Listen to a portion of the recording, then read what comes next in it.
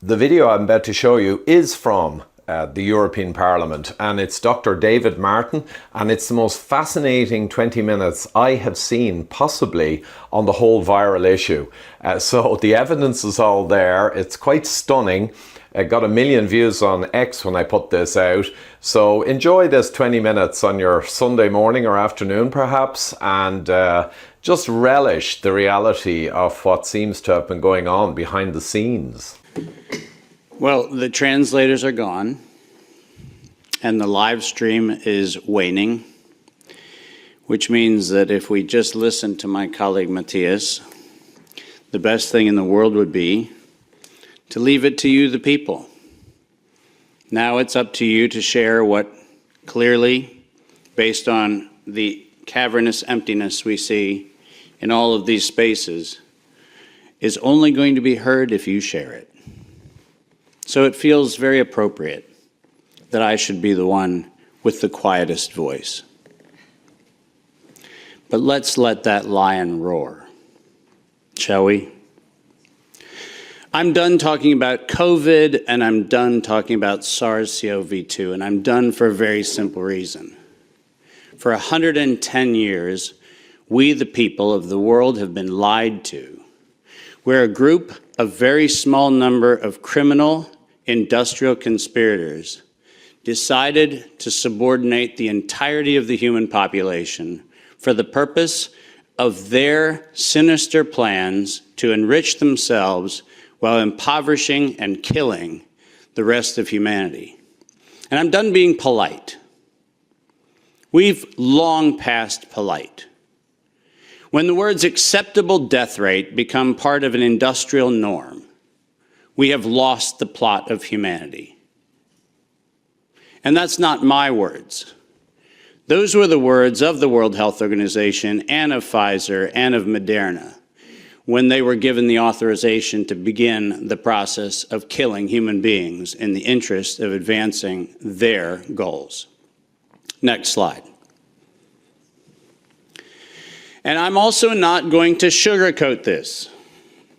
This is a criminal cartel. We are acting as though there's some sort of redeemable quality somewhere in some esoteric layer that somehow or another the World Health Organization must have some salutatory benefit. Well, I'm going to tell you, since its formation in the 1940s, the World Health Organization has been nothing more than a criminal cartel that has a sole and singular intent. And I will show you the document that proves what I'm saying. This is not an allegation. This is actually provable by their own words in their own hand. And they use a four-step process to execute every one of their nefarious plans. They begin by planning an exercise, then they go to the business of funding that exercise, then they create the rationale for the thing that they're going to do, and then they deploy and profit from it. And in violation of 15 U.S. Code Section 19, which for those of you listening, coincidentally started with the Clayton Act in the same year that the World Health Organization in the United States, 1913, the same year the World Health Organization's progenitors also started. So I find it fascinating that we passed the Clayton Act in 1913, and we set in motion 110 years ago the criminal conspiracy, which we now call the World Health Organization. 110 years later. And in violation of TIFU, or TEFU, I don't even know how to say it, the TFEU, the treaty allegedly for the functioning of the European Union, which I think needs to now be called the Treaty for the Dysfunctional European Cabal. Article 101 unambiguously lays out the conditions that this was never a public health anything. It was racketeering for the purpose of instilling terror to adapt the behavior of a population. Period. That's what it was. That's what it always was. And we can come up with every theoretical argument we want to make about things, but the problem, even with the theory that we had an outbreak of something, is falsifiable for the data from Zurich that shows us that in the year of the death pandemic of the globe, life insurance companies paid $30 billion less in claims. Now, if there's a medical professional or a social professional or anybody else who wants to debate that we could develop a virus cunningly that could find out your bank account, your insurance policy statements, and whether you're paid up on your premiums, that's a big ask. It turns out that the data is unambiguous. We did not have a pandemic, we had genocide. And we need to call it what it is. Next slide. When I say we planned it, let's make sure we understand exactly the not-so-fine print of the fine print. And I want to call your attention first to the right-hand column of the slide. This is the 2011 data that the World Health Organization, the Wellcome Trust, PATH, and the Gates Foundation did on their wonderful worldwide program for a malaria vaccine for children under the age of 6 months of age. And in their clinical trial, it's helpful to point out that they murdered 66 children in the vaccine group and then cunningly used the term control for a control group in which they murdered 28 children.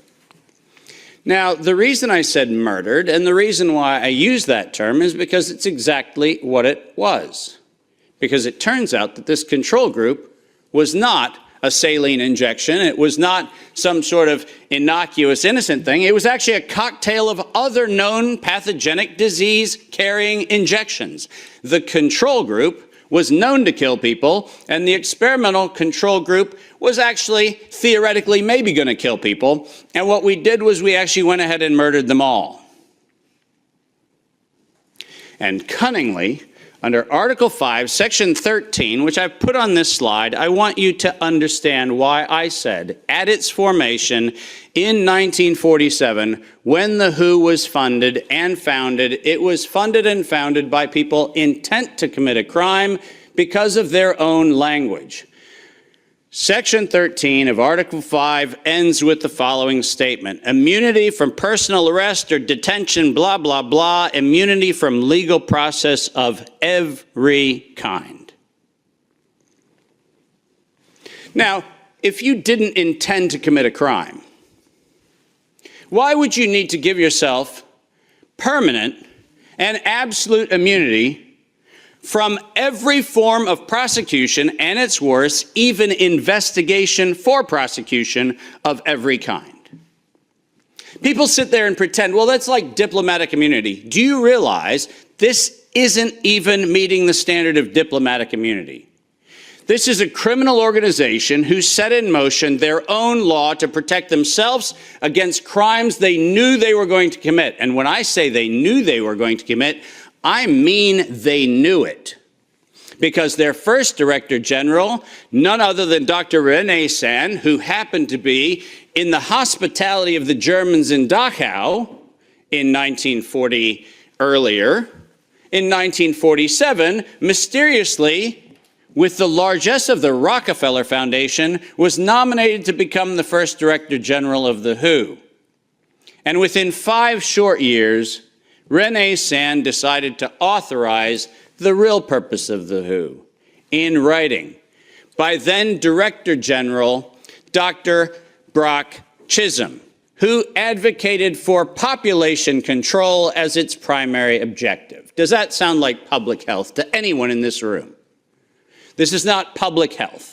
This is the advancement of the same genocidal program that began with the Carnegie Foundation's funding of the eugenics office at Cold Spring Labs in the United States in 1913 under the philanthropy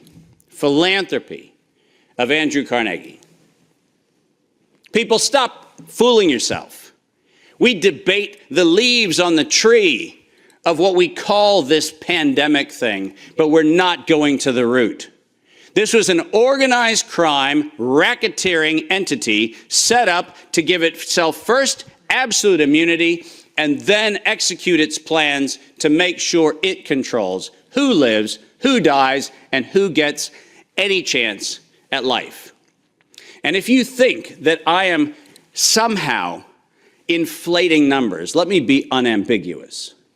Under every treatment of tax provision, if I were to tell you that there is an 88% controlling interest of any organization, you might conclude that that actually aggregates into a controlling interest. And it turns out that if we look at the foundation donations to the World Health Organization, 88% of those come from a single organization, the Gates Foundation. That constitutes a violation of every competitiveness law in Europe and every competitiveness law in the United States. This is absolutely not only not an independent, charitably funded donation, but more importantly, under the tax laws on both sides of the Atlantic, this constitutes directed donations which specifically are forbidden and do not have any place anywhere in the Charter of the World Health Organization or any of the UN-affiliated organizations. When I say this is a crime, I mean it's a tax crime, a racketeering crime, a money laundering crime, and now the crime of racketeering leading to murder and global terrorism. Next slide. I told you that the second thing after they plan it is they fund it. And why don't we use the criminals' language in their own words, because it's the best way to say it. When they actually planned the release of the use of a biologically modified chimera associated with the model derived from coronavirus, they actually said the following: to sustain the funding base beyond the crisis, we need to increase the public understanding for the needful medical countermeasures, such as a pan-influenza or pan-coronavirus vaccine. Now, let me pause for just one moment and remind you that the crisis that they were speaking of was a crisis of diminishing funding. There was no health crisis. This was a crisis of their coffers were starting to run dry. That's the crisis. And let's read on. A key driver is the media, and the economics will follow the hype. We need to use that hype to our advantage to get to the real issues. Investors will respond if they see profit at the end of the process. That is officially the statement made by the conspiratorial cabal that by that time was the decade of vaccines put in motion in 2011 by the Global Preparedness Monitoring Board of the World Health Organization, and it was the funding base for Peter Daszak's partnership with the chimeric production of pathogens both in North Carolina and in Wuhan. So don't tell me that we have to do an investigation into where this came from. The criminals have admitted to it in their own words. Next slide. And now we get the fun one that no one in Congress is willing to address, which is the elephant in the room. On October the 21st, 2014, despite the multiple conversations between Senator Rand Paul and Anthony Fauci, where we've been told that Rand Paul has done everything he can to put Fauci on the ropes, he has had in his possession the letter that you see on the left. And it is the letter, conveniently on NIAID letterhead, sent to the University of North Carolina, Chapel Hill, which unambiguously states that during the gain-of-function moratorium, which, by the way, if we use the word moratorium, feels like that means you're supposed to stop. Why don't we go ahead and look at two pieces of this letter? First, the second bullet under Project 1, which, by the way, was not part of the original grant. This was to look at the novel functions of the virus pathogenesis in vivo. You know what that means? In living systems. The grant was supposed to be clinical simulations and models, but this grant was modified with this letter to say we were going to authorize gain-of-function research during the moratorium in living systems. And then we love the last paragraph of this letter, which conveniently says, as your grant is currently funded, this pause is voluntary. How many times have you met a voluntary moratorium? And the best part about it is that if we look at the very last line, or continue to conduct the applicable gain-of-function research until the end of the currently active budget period. But here comes the problem. You know who is supplying the budget? An indefinite term, unlimited amount contract from DARPA and from NIH. Isn't it convenient to have a perpetually funded project that needs to stop when the money runs out, when you find out that there is no point where the money runs out because there is no end to the thing that has no end? And lest you think that I'm making an allegation, which I'm not, I'm making an accusation. Let's be clear. And there's a big difference. I'm not alleging anything. They actually went to the trouble of telling us that it was going to be the Wuhan virus that was going to get us. As you see on the right-hand side of the screen, published in 2016, March 14th of 2016, the SARS-like Wuhan Institute of Virology Virus 1, and I quote, is poised for human emergence. Does that sound like we're just surprised that something in Wuhan went a little haywire in December of 2019? Or does it feel like we were told, look at Wuhan, and look at coronavirus, and look at what we've been doing to manipulate coronavirus in Wuhan and at the University of North Carolina, Chapel Hill, and lo and behold, we're going to go ahead and tell you that we're ready to release it in 2016. Next slide.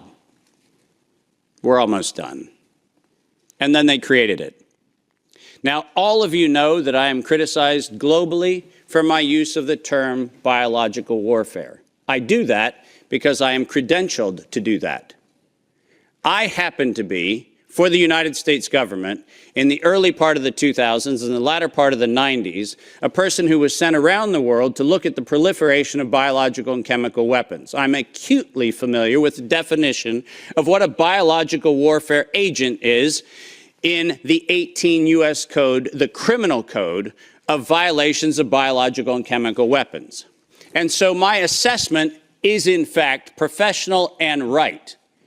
And the reason for that is I'm the one credentialed to make that determination for the United States government for many years. That's why I say it. But let's pretend for the moment that I'm just a nut job. Maybe I don't know what I'm talking about. So why don't we look at what the criminals said themselves, shall we? In 2005, at a conference sponsored by DARPA and the MITRE Corporation, Ralph Baric, the architect of the lethal strand that has been injected into millions and billions of people's arms, that Ralph Baric was sponsored to present the following, and let's go ahead and use his words, presentation: synthetic coronaviruses, biohacking, bio-warfare enabling technologies. Does that sound like a public health distribution program? Does that sound like something that is accidentally misinterpreted to mean something else? Or does biological warfare enabling technologies sound like not countermeasures or pandemic preparedness? It sounds to me like biological warfare enabling technologies. And the reason why I have that hunch is what followed was he received, next to his NIAID grants, non-competitive DARPA grants in matching funds for over $140 million of aggregate funding going into his and his related programs on synthetic biological warfare enabling technologies. So do I have a problem calling the injection a biological warfare enabling technology? Absolutely not, because that's what they called it. And we know that they knew they called it that on September 18th, 2019. Because on September 18th, 2019, the racketeering, co-conspiring cabal of interlocking directorates, also known as the World Health Organization, said that they were going to conduct an experience for the world that was going to be a rapidly spreading pandemic due to a lethal respiratory pathogen. The lethality in that statement is the problem. They didn't say we're going to maybe get a little bit of sniffles going around. They said we were going to actually have the promulgation of a deadly agent. And the stated reason, in September 2020, the progress indicator is that the world would accept a universal vaccine. Not, we'll look at other options of treatment. Not, we'll have a look at what might be early intervention, as Dr. McCullough has so clearly advocated for in many, many, many instances. Not that. We stated on September 18th, 2019, we were intending to kill. And we were intending to kill to create the fear that would drive people to accept something that without coercion, no one would have accepted. And that's published by the criminal racketeers. Next slide, and there's only 2 to go if you're following. Deploy and profit from it. We were told investors will respond if they see profit at the end of the process, and lo and behold, guess what they saw? Profit at the end of the process. 2022, $100 billion for Pfizer of public funds. Moderna, after lying to the Congress in October of 2020 when they were asked to actually verify whether NIAID was promoting an injection that would enrich NIAID, where Anthony Fauci and the entire team at NIH said that they had no financial interest in their recommendation, they receive a back payment royalty of $400 million for the first payment of the royalty. $400 million. More than any Institute of Health has ever received in a single payment for a single invention in the history of American medical research. And lo and behold, what do we receive after that? A request from the World Health Organization to expand its budget by 11% to make sure that the people who profited from it donate to it. And guess what they just did? They laundered the money right back. That's what they did. Next, and now you get the final slide. This is not a public health crime. This is actually not a constitutional crime.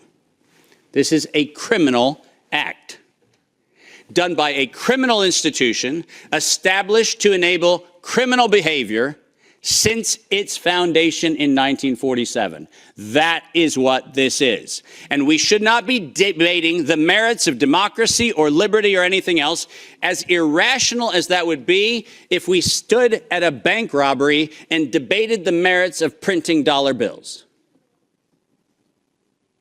The problem is not the dollar bills, it's the bank robber.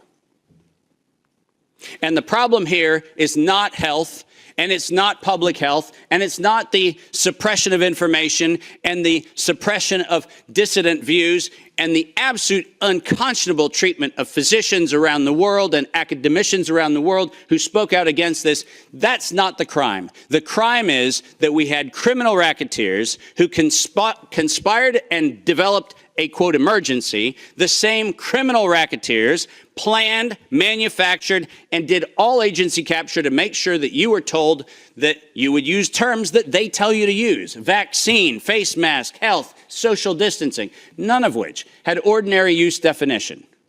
So we just used them.